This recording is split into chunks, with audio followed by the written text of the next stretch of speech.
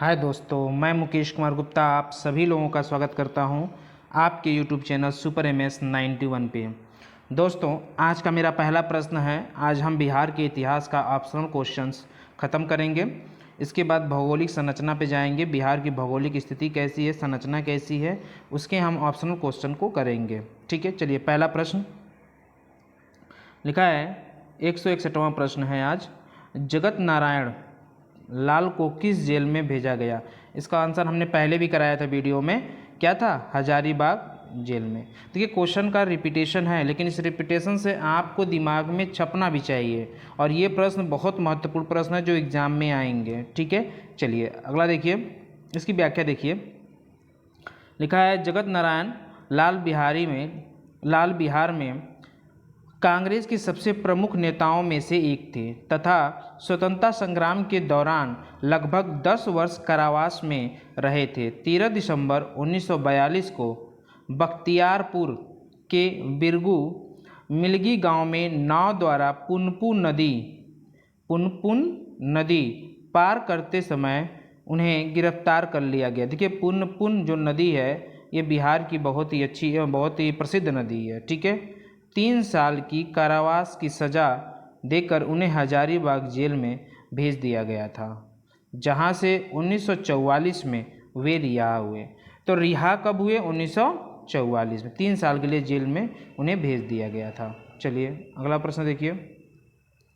अगला प्रश्न है, कुंवर सिंह 1857 के विद्रोह का नेतृत्व किस प्रांत से किया? देखिए, बार बार ये प्रश्न आ रहा है बिहार। हमने बार बार आपसे कहा है कुंवर सिंह से आपका प्रश्न जरूर एग्जाम में आएगा, क्योंकि ऐसा कोई एग्जाम नहीं अब तक हुआ जिसमें बिहार से संबंधित प्रश्न में कुंवर सिंह का प्रश्न न आया हो। ठीक है, चलिए इसका विवरण हम आपको बता भी चुके हैं। अगर आप देखना चाहें तो हमारी पुरानी वीडियो को देख लीजिए। देखिए, अगला है, अशोक के शासनकाल में बौद्ध सभा किस नगर में आयोजित की गई थी? बौद्ध सभा किस नगर में आयोजित की गई थी? मगध में हुई थी, पाटलिपुत्र में हुई थी, समस्तीपुर में, राजगिरी में। कहाँ पे हुई थी? पाटलिपुत्र में। ठीक है, चलिए आगे देखते हैं। बोध गया में महाबोधि मंदिर बनाया गया, जहाँ गौतम बुद्ध पैदा हुए थे। बुद्ध को ज्ञान की प्राप्ति हुई थी। गौतम बुद्ध ने अपना प्रथम प्रवचन दिया, या चौथा ऑप्शन है कि गौतम बुद्ध की मृत्यु हुई थी। तो गौतम बुद्ध की मृत्यु तो आप जानते हैं कहाँ पे हुई थी? कुशीनगर में हुई थी। लेकिन यहाँ पे पूछा है बोध गया महाबोधि मंदिर, ठीक है, जहाँ उन्हें ज्ञान की प्राप्ति हुई थी। गौतम बुद्ध को जहाँ ज्ञान की प्राप्ति हुई थी वही महाबोधि मंदिर बनाया गया है। ठीक है, चलिए आगे देखते हैं। अगला प्रश्न है, हर्यक नरेश बिंबिसार की राजधानी थी। ठीक है, हर्यक नरेश बिंबिसार की राजधानी क्या थी? राजगीर थी। क्या थी? राजगीर थी। ये सारे क्वेश्चंस आपको। भारत में प्रथम सिक्के कहाँ चलन में लाए गए? सबसे पहले प्रथम सिक्के कहाँ चलन में लाए गए थे? क्या मध्य भारत में, पश्चिम भारत में, दक्षिण भारत में, बिहार व पूर्वी उत्तर प्रदेश में? देखिए, जो सिक्के चले थे वो कहाँ चले थे? बिहार और पूर्वी उत्तर प्रदेश में। भारत में प्रथम सिक्के, ध्यान रखिएगा ये प्रश्न बहुत महत्वपूर्ण है कि भारत में प्रथम सिक्के कहाँ चलन में लाए गए थे? बिहार में और पूर्वी उत्तर प्रदेश में। ठीक है, देखिए एक बार ध्यान से देखिए इसका विवरण। भारत में सिक्कों का निर्माण 6वीं शताब्दी ईसा पूर्व में हो चुका था। इन सिक्कों को उनकी निर्माण तकनीक के कारण पंचमार्क कहा जाता है। ये अधिकतर चांदी के हैं एवं इन पर कई प्रतीक बने हुए हैं। प्रारंभ में मुख्यतः तांबे चांदी के सिक्कों का निर्माण हुआ। भारत में प्रथम सिक्के बिहार, पूर्वी उत्तर प्रदेश, भारत में प्रथम सिक्के बिहार व पूर्वी उत्तर प्रदेश में चलाए गए। 19वीं शताब्दी में ईस्ट इंडिया कंपनी ने भारत में एक समान मुद्रा का प्रचलन किया। ठीक है, अगला देखिए। लिखा है, मौर्य राज्य के संस्थापक कौन थे? मौर्य राज्य के संस्थापक चंद्रगुप्त मौर्य थे। ठीक है, चलिए अगला प्रश्न देखिए। लिखा है, बिरसा मुंडा किसके पक्ष में थे? बिरसा मुंडा किसके पक्ष में थे? झारखंड के। देखिए इसका विवरण आप देखिए, झारखंड के पक्ष में क्यों थे ये? बिरसा मुंडा झारखंड के पक्ष में पक्षधर में थे।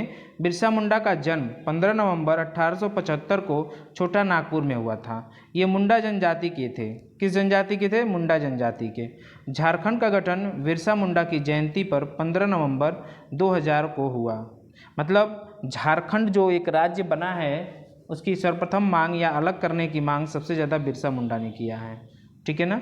इनकी जो जन्म तिथि है 15 नवंबर, उसी दिन बिहार झारखंड राज्य को अलग एक राज्य की दर्जा दी गई थी। 1895 ईस्वी आरंभ होने वाले जनजाति विद्रोह के महान नेता और समाज सुधारक बिरसा मुंडा ने आदिवासियों को संगठित करने में निर्णायक भूमिका निभाई।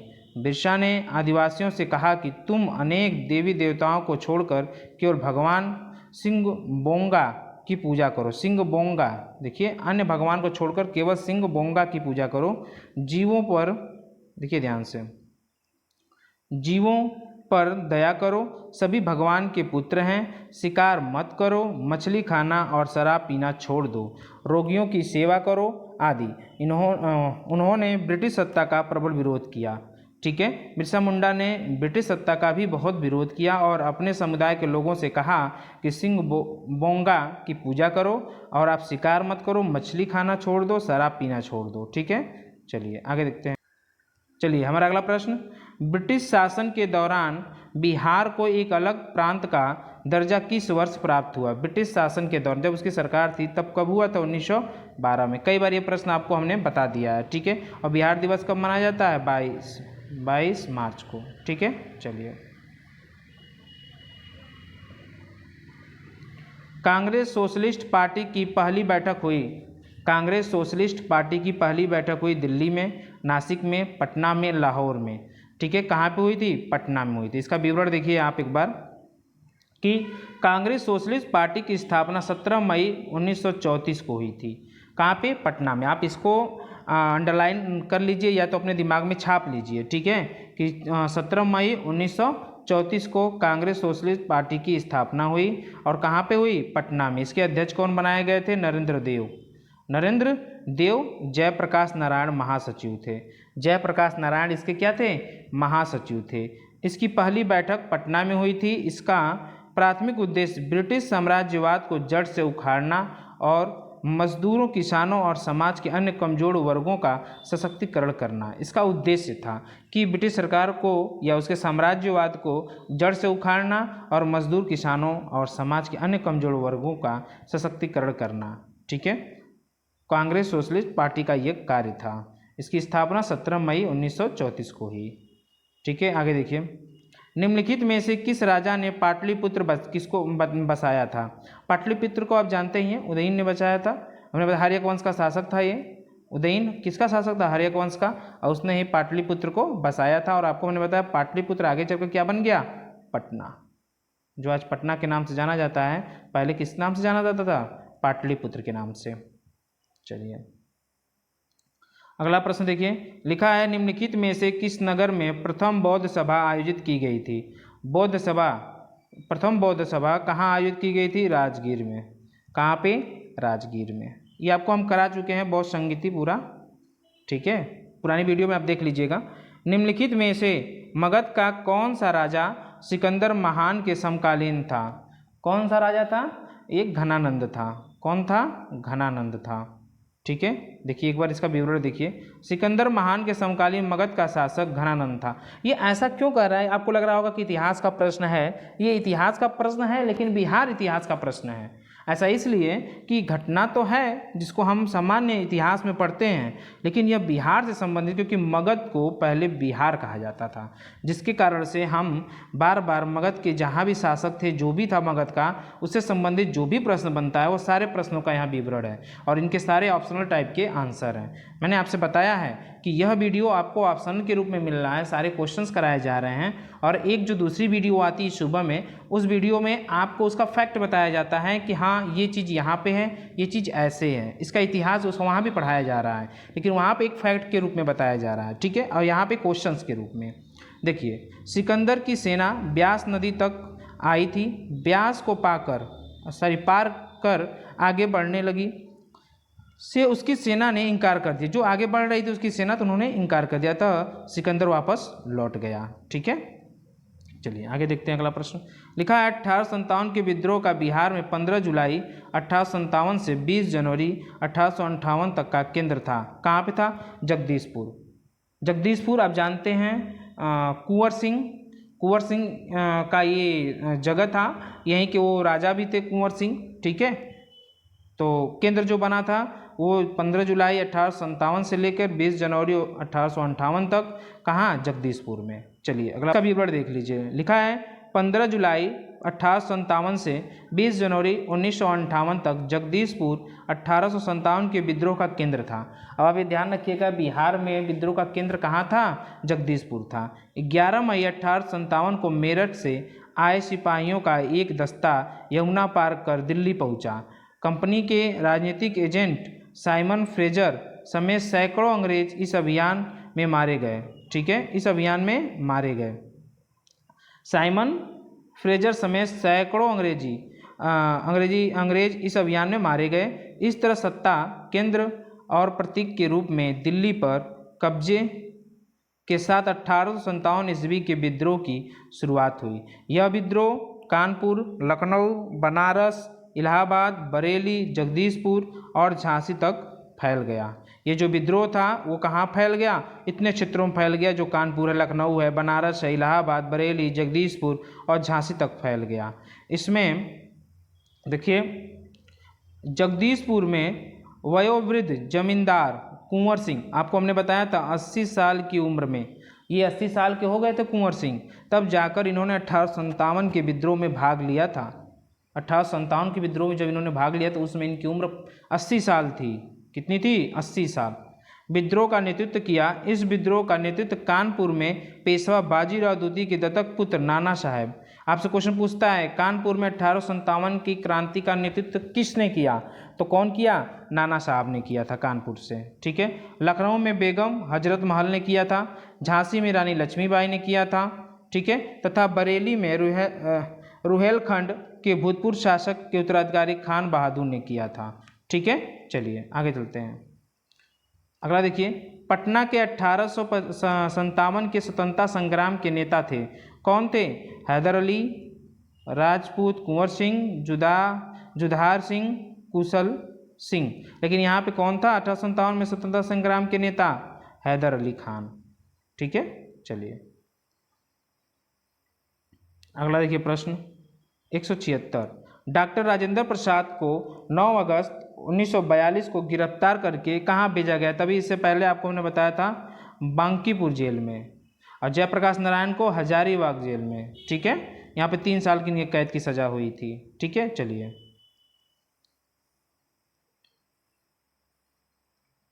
अगला प्रश्न देखिए 177वां प्रश्न।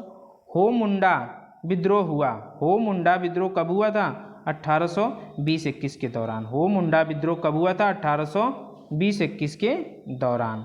चलिए इसका विवरण देखिए। हो मुंडा अनेक आर्थिक कारणों से छोटा नागपुर सिंहभूम जिले के हो तथा मुंडा लोगों ने कंपनी के विरुद्ध 1820-21 के दौरान विद्रोह कर दिया। इन्होंने 1831 में कंपनी की सेना से टक्कर ली। अंततः 1832 तक यह विद्रोह समाप्त हो गया या इसका दमन कर दिया गया। ठीक है, हो मुंडा विद्रोह 20-21 में। अगला देखिए प्रश्न लिखा है महात्मा गांधी तथा उनके सहयोगियों की 1942 में हुई धरपकड़ से बिहार में दंगे हुए। इसके रेल सेवा पूर्ण रूप से ठप हो गई। इसमें अधिकतम प्रभावित जिला था। कौन सा जिला सबसे ज़्यादा प्रभावित था? पटना था। कौन था? पटना था। चलिए ठीक है, आगे देखते हैं, व्याख्या देख लेते हैं। ठीक है, लिखा है महात्मा गांधी द्वारा 1942 में शुरू किया गया भारत छोड़ो आंदोलन बिहार में भी अपनी चरम सीमा पर था। इस आंदोलन का पटना में सर्वाधिक प्रभाव पड़ा। यहाँ रेलगाड़ियों को रोका गया, पटरियों को उखाड़ फेंका गया। पटना के अलावा यह गया भागलपुर, सारण, पूर्णिया, शाहाबाद, मुजफ्फरपुर और चंपारण में फैल गई। मतलब इस सारे क्षेत्रों में ये क्या हुआ? ये आंदोलन फैल गया, भारत छोड़ो आंदोलन बिहार के। अगला देखिए प्रश्न विक्रमशिला शिक्षा केंद्र के संस्थापक का नाम है। ठीक है, क्या नाम है? धर्मपाल। क्या नाम है? धर्मपाल। देखिए इसका विवरण लिखा है, बिहार प्रांत के भागलपुर जिले में स्थित विक्रमशिला नालंदा के ही समान एक अंतर्राष्ट्रीय शिक्षा का केंद्र रहा है। विक्रमशिला के महाविहार की स्थापना पाल नरेश धर्मपाल ने करवाई। देखिए विक्रमशिला जो है नालंदा के ही समान एक अंतर्राष्ट्रीय शिक्षा का केंद्र था।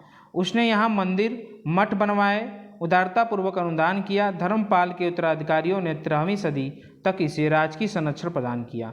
परिणाम स्वरूप विक्रमशिला लगभग 4 शताब्दियों से भी अधिक समय तक अंतर्राष्ट्रीय विश्वविद्यालय बना रहा। ठीक है, चलिए अगला देखिए। 1908 में छोटा नागपुर कास्त अधिनियम ने रोक लगाई। किस पे रोक लगाई थी?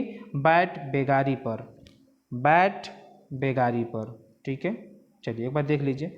बिरसा मुंडा आंदोलन के पश्चात 1908 ईस्वी में छोटा नागपुर काश्तकारी अधिनियम द्वारा बैट बेगार प्रथा पर रोक लगाई गई।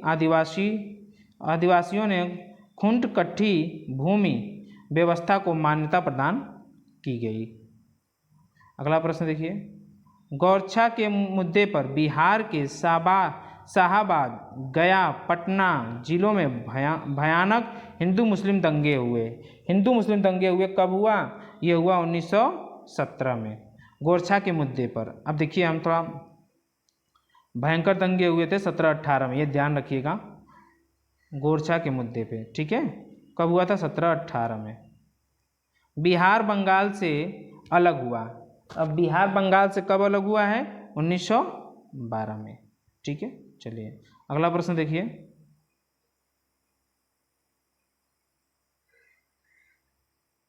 ठीक, अगला प्रश्न देखिए आप। बिहार में अलग प्रांत के लिए आंदोलन जिसके परिणाम स्वरूप वर्ष 1911 में बिहार उड़ीसा के नए प्रांत का निर्माण हुआ का नेतृत्व किया था। इसका नेतृत्व किसने किया था? सच्चिदानंद सिन्हा ने किया था। किसने किया था? सच्चिदानंद सिन्हा ने किया था। ठीक है, चलिए आगे देखते हैं, इसका विवरण देख लेते हैं। ठीक है, देखिए सच्चिदानंद सिन्हा प्रसिद्ध बैरिस्टर एवं लेखक थे। बिहार में अलग प्रांत के लिए आंदोलन डॉक्टर सच्चिदानंद सिन्हा के नेतृत्व में प्रारंभ हुआ, जिसके फलस्वरूप वर्ष 1911 ईस्वी में बिहार एवं उड़ीसा प्रांत का निर्माण हुआ। देख रहे हैं 1911 ईस्वी में बिहार और उड़ीसा प्रांत का निर्माण हुआ। भारत के संविधान निर्माण में इनका महत्वपूर्ण योगदान था। ये संविधान सभा के अस्थायी अध्यक्ष भी थे सच्चिदानंद सिन्हा, और अनुग्रह नारायण सिन्हा का जन्म 1857 ईस्वी में औरंगाबाद जिले में हुआ था। ये आधुनिक बिहार के निर्माताओं में से एक थे। भारत की स्वतंत्रता के समय कांग्रेस अध्यक्ष JB कृपलानी थे। ठीक है, मुंडा विद्रोह का नेतृत्व बिरसा मुंडा ने किया था। ये तो आपको बताया है कि मुंडा विद्रोह का नेतृत्व किसने किया था? बिरसा मुंडा ने। ठीक है, चलिए आगे देखिए। अगला लिखा है, बेगूसराय में चौकीदार कर के विरुद्ध आंदोलन एक हिस्सा था। किसका हिस्सा था? कौन से आंदोलन का यह हिस्सा था? सविनय अवज्ञा आंदोलन। हमने आपको कई बार बता दिया बेगूसराय से। और चौकीदार कर न देने का कार्य, जो चौकीदार वाला आंदोलन चला था वो सविनय अवज्ञा आंदोलन के समय ही चला था, इसी को देख के। ठीक है, बिहार में चला था। चलिए ध्यान से देखिए एक बार इसको। सविनय अवज्ञा आंदोलन 6 अप्रैल 1930 को गांधी जी के द्वारा नमक कानून के उल्लंघन के साथ शुरू किया गया था।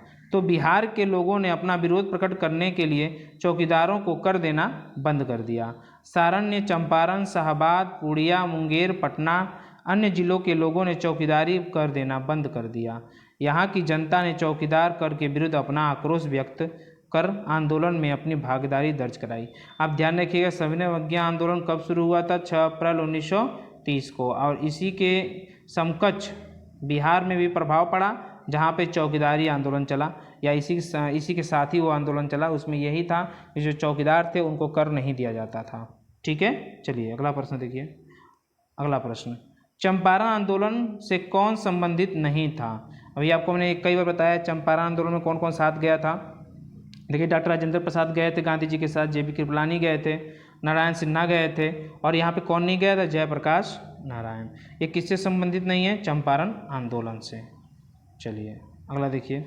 स्वामी सहजानंद का संबंध किससे है? आप सभी लोग जानते हैं किसान आंदोलन के साथ है। ठीक है, चलिए अगला देखिए, महात्मा गांधी ने सर्वप्रथम किस किसान आंदोलन में भाग लिया? किस किसान आंदोलन में भाग लिया था महात्मा गांधी ने? क्षेत्रीय आंदोलन था कौन सा? चंपारण, बिहार में। ठीक है, 1900 कब हुआ था? 1917 में चंपारण आंदोलन। चलिए अगला देखिए, बिहार के किस नेता ने महात्मा गांधी के साथ किसान आंदोलन का नेतृत्व किया? बिहार के किस नेता ने महात्मा गांधी के साथ किसान आंदोलन में नेतृत्व किया? डॉक्टर राजेंद्र प्रसाद। देखिए बिहार के ही हैं डॉक्टर राजेंद्र प्रसाद, और हमारे देश के पहले राष्ट्रपति भी थे। ठीक है, आपको हम अपनी पुरानी वीडियो में बताए ही हैं, आप इसको देखिएगा। अगर आपको न समझ में आए कभी कभी कोई चीज़, तो आप पुरानी वीडियो में देख लिया करिए एक बार। ठीक है, अगर मैंने इसका प्लेलिस्ट बना दिया है, आप चाहेंगे क्रम से पूरे वीडियो को देख लेंगे तो पूरी तरीके से आपका बिहार का स्पेशल ऑप्शनल भी सही हो जाएगा, और बिहार के जो फैक्ट हैं, जो वन लाइनर जो क्वेश्चंस हैं, वो सारे हमने करा रखे हैं। वो आगे भी आपका वीडियो उसी में बनता आ रहा है। ठीक है, चलिए देखिए इसमें अगला देखिए प्रश्न, 1857 के विद्रोह का नेतृत्व बिहार में किसने किया? 1857 के विद्रोह का नेतृत्व बिहार में किसने किया? खान बहादुर खान ने किया, कुंवर सिंह ने किया, तात्या टोपे ने किया, रानी राम कुमारी ने किया। तो आप सभी जानते हैं कुंवर सिंह ने किया था बिहार से। ठीक है, देख लीजिए, 1875 ईस्वी के विद्रोह के बिहार का नेतृत्व कुंवर ने किया था। इन्होंने बिहार में जगदीशपुर, शाहाबाद, आरा, पटना में विद्रोह का नेतृत्व किया। 15 जुलाई 1857 से 20 जनवरी 1858 तक चला, और इसका केंद्र कहाँ था? जगदीशपुर था। ठीक है, चलिए अगला प्रश्न देखिए, लिखा है पाटलिपुत्र को किस शासक ने सर्वप्रथम अपनी राजधानी बनाई? पाटलिपुत्र को आपको हमने ये बताया, भी क्वेश्चन इससे पहले भी कराया था कि चंद्रगुप्त मौर्य नहीं, चंद्रगुप्त विक्रमादित्य भी नहीं, अशोक महान ने भी नहीं किया था, और कनिष्क ने भी। यहाँ आंसर नहीं दिया है। ठीक है, तो यहाँ आंसर अगर आप जानते हैं, आपको हमने बताया है, उदयन कहिए या उदायन कहिए। ठीक है, ठीक है, इन्होंने कराया था उदयन। ठीक है, ये उदयन समझिए, उसको हटाइए। ठीक है, तो देखिए किसने किया था? पाटलिपुत्र को किस शासक ने सर्वप्रथम अपनी राजधानी बताई थी? उदयन ने बनाया था। ठीक है, हर्यक वंश का ये शासक था, हर्यक वंश का ये शासक था। चलिए अगला प्रश्न देखिए, इसका व्याख्या भी देख लीजिए आप लोग।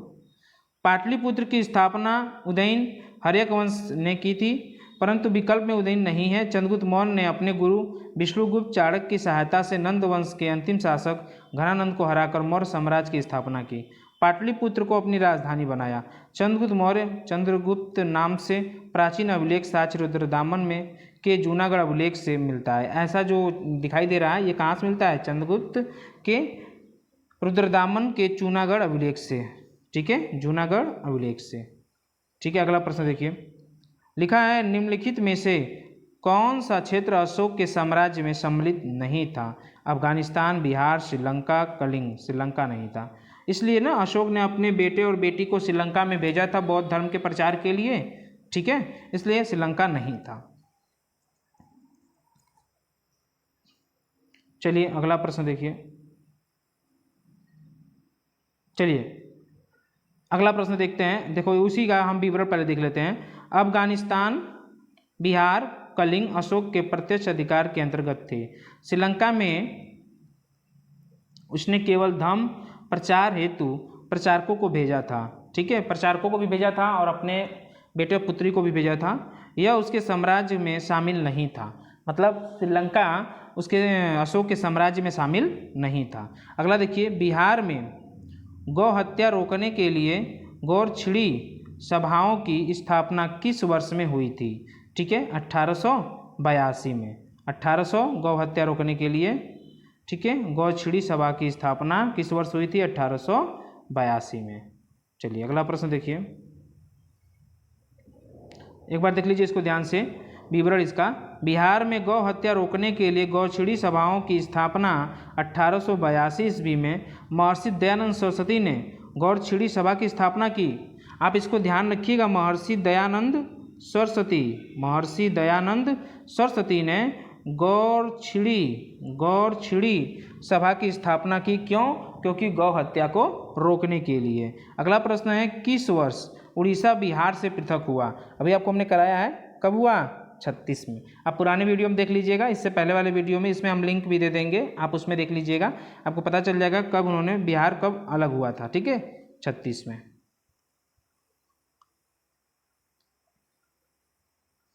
अगला देखिए, लिखा है छोटा नागपुर काश्तकारी कानून कब पारित हुआ था? ये 1908 में।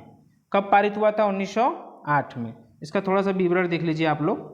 लिखा है छोटा नागपुर काश्तकारी अधिनियम 1908 ईस्वी में इस क्षेत्र में निवास करने वाले लोगों पर वनों के स्वतंत्र उपभोग को प्रतिबंध लगा दिया गया। जैसे वनों का वो विशेष रूप से उपभोग करते थे, उस पर प्रतिबंध लगा दिया गया। ठीक है, चलिए अगला प्रश्न है कि पटना को प्रांतीय राजधानी बनाया गया। किसने बनाया? इसको शेरशाह ने बनाया, पटना को प्रांतीय राजधानी। ठीक है, चलिए एक बार देख लीजिए इसका। शेरशाह का प्रारंभिक नाम फरीद खां था। क्वेश्चन पूछ सकता है शेरशाह का प्रारंभिक नाम क्या था? फरीद खां। इसका जन्म 1472 ईस्वी में होशियारपुर में हुआ था। इसके पिता हसन खां जौनपुर के छोटे जमींदार थे। 1539 ईस्वी में चौसा का एक और 1540 ईस्वी में कन्नौज का युद्ध जीतने के बाद शेर खां 1540 ईस्वी में दिल्ली की गद्दी पर बैठा। अपने राज्याभिषेक के समय शेर खां ने शेरशाह की उपाधि धारण की। शेरशाह ने 1541 ईस्वी में पाटलिपुत्र को पटना के नाम से पुनः स्थापित किया। अब देख लीजिए, शेरशाह ने पाटलिपुत्र को किस नाम से बताया? पटना के नाम से। इसे बिहार की राजधानी बनाया और इस पटना को क्या बना दिया? बिहार की राजधानी। तो शेरशाह हमारे लिए बहुत महत्वपूर्ण है। शेरशाह के बारे में आप जानिएगा कि उसने पाटलिपुत्र को पटना के नाम से पुनः स्थापित किया। ठीक है, और इसे बिहार की राजधानी बना दिया। किसने? शेरशाह ने, 1541 में। चलिए अगला प्रश्न देखिए, लिखा है कि भारत छोड़ो आंदोलन से उत्पन्न दंगे किस क्षेत्र में सबसे अधिक व्यापक रहे? ठीक है, भारत छोड़ो आंदोलन से उत्पन्न दंगे किस क्षेत्र में सबसे अधिक व्यापक रहे? बिहार में रहा, बंगाल में रहा, गुजरात में रहा, संयुक्त प्रांत में रहा। तो यहाँ देखो, बिहार में दंगे थे, बिहार में दंगे थे। उसके बाद गुजरात में उतना नहीं फैला, बंगाल में भी था और संयुक्त प्रांत में भी था। तो सबसे ज़्यादा इंपॉर्टेंट क्या हो जाएगा यहाँ पे? आंसर में देखिए दिया है 1 2, केवल 1 2 3 1 4, तो आंसर हो जाएगा 1 4। ठीक है, चलिए आगे चलते हैं। अगला प्रश्न देखिए, लिखा है 1857 ईस्वी के विद्रोह से बिहार का कौन सा भाग अप्रभावित रहा? कौन सा भाग दानापुर, पटना, आरा, मुजफ्फरपुर, मुंगेर। आप सभी लोगों को पता है कि पटना, ठीक है, आरा, ठीक है, पटना, आरा, मुजफ्फरपुर और दानापुर, ये सभी क्या थे? ये सभी क्या थे? लिखा है यहाँ पे देखिए क्वेश्चन, विद्रोह से बिहार का कौन सा भाग अप्रभावित रहा? कौन जो प्रभावित नहीं हुआ था उसके बारे में हमें बताना है। तो हम देख रहे हैं कि प्रभावित नहीं हुआ था कौन? मुंगेर नहीं हुआ था। कौन नहीं हुआ था? मुंगेर। तो आंसर क्या हो जाएगा? केवल बी। आंसर क्या हो जाएगा? केवल बी। चलिए आगे देखते हैं। लिखा है पाटलिपुत्र में स्थित चंद्रगुप्त महल मुख्यतः बना था। चंद्रगुप्त जो महल था वो मुख्यतः बना था किसका? लकड़ी का। किसका बना था? लकड़ी का बना था चंद्रगुप्त का महल। देख लीजिए एक बार इसका विवरण। मेगास्थनीज के विवरण से पता चलता है कि चंद्रगुप्त का महल लकड़ी का बना हुआ था, जिसके चारों ओर परिखा खाई बनी थी। वर्तमान पटना के निकट कुम्हरार की खुदाई में लकड़ी के स्तंभों तथा लकड़ी के चहारदीवारी के प्रमाण मिले हैं। मतलब कि जो उनके बुक में मिला है, जो मेगास्थनीज ने बताया है इंडिया नामक बुक में, ठीक है, इंडिका नामक बुक में, तो उसमें ये चीज़ दी गई है। तो उससे पता चलता है कि चंद्रगुप्त मौर्य का जो महल था वो लकड़ी का बना था। किसका बना था? लकड़ी का बना था। ठीक है, चलिए आगे चलते हैं। अगला प्रश्न, चलिए अगला प्रश्न देखते हैं। लिखा है कि नीचे 2 वाक्य दिए गए हैं, जिनमें से ए दूसरा आर का कारण है, दोनों ध्यानपूर्वक पढ़ें। लिखा है 12वीं शताब्दी के अंत तक नालंदा महाविहार का पतन हो गया था। या सही है, नालंदा महाविहार का पतन हो गया था। महाविहार को राजकीय प्रशय मिलना बंद हो गया। ये भी सही है, किसको राजकीय प्रशय मिलना बंद हो गया। इसका मतलब ये और ये दोनों सही है, और ये इसकी व्याख्या भी कर रहा है। ठीक है, इसलिए आंसर क्या हो जाएगा? दोनों। चलिए देखते हैं। आंसर हमारा दोनों सही है। ठीक है, चलिए आंसर हमारा दोनों सही है। देख लीजिए, बौद्ध धर्म को संरक्षण देने वाले पाल शासक 12वीं सदी तक काफ़ी कमज़ोर हो गए। उनका राज्य समाप्त प्राय हो गया। तुर्कों ने आक्रमण करके उसे आग के हवाले कर दिया। यद्यपि संरक्षण के अभाव में वह पहले ही महत्वहीन हो चुका था। ठीक है, चलिए अगला प्रश्न देख लीजिए। अब ये आज का हमारा ये अंतिम प्रश्न है। ठीक है, इस प्रश्न के बाद हमारा आज बिहार का इतिहास ऑप्शनल प्रश्न खत्म हो गया। ठीक है, बिहार का परिचय भी हम पढ़ लिए और बिहार का ये इतिहास भी पढ़ लिए। अब बिहार की भौगोलिक संरचना के बारे में पढ़ेंगे, वो भी ऑप्शनल क्वेश्चंस थे। और जो इसके हम फैक्ट और डिटेल पढ़ेंगे वो हम पढ़ेंगे आपको जो सुबह की हमारी वीडियो आती हैं 6 साढ़े 6 बजे करीब, उस टाइम में वो हमारा वीडियो उसमें आपको जाएगा। फैक्ट आप बिहार का पढ़िएगा। बिहार का हमने बताया था कि बिहार का इतिहास, बिहार का भूगोल और बिहार की पॉलिटी। ठीक है, चलिए देखते हैं अपने अंतिम प्रश्न। लिखा है, उस क्षेत्र की पहचान करें जहां संथालों ने 1855-56 ईस्वी में अपनी सरकार की घोषणा कर दी थी। ठीक है, क्या मुंगेर भागलपुर, भागलपुर राजमहल, गया मुंगेर, शाहबाद गया। तो यहाँ क्या था, भागलपुर और राजमहल। भागलपुर और राजमहल में संथालों ने 55-56 में 1855-56 में अपनी सरकार की घोषणा कर दी थी। ठीक है, आज का हमारा प्रश्न कंप्लीट हुआ। आज का हमारा पूरे बिहार इतिहास ऑप्शनल MCQ खत्म हुआ। दोस्तों अब आगे हम चलते हैं। अगर आपको वीडियो अच्छी लगे, ठीक है, तो मुझे सुझाव भी दीजिए और कमेंट दीजिए। कमेंट में अगर आप लिखेंगे तो हम वीडियो और जल्दी बनाएंगे। ठीक है, और आप इसको लाइक ज़रूर करिए अगर वीडियो अच्छी लगती है तो। धन्यवाद।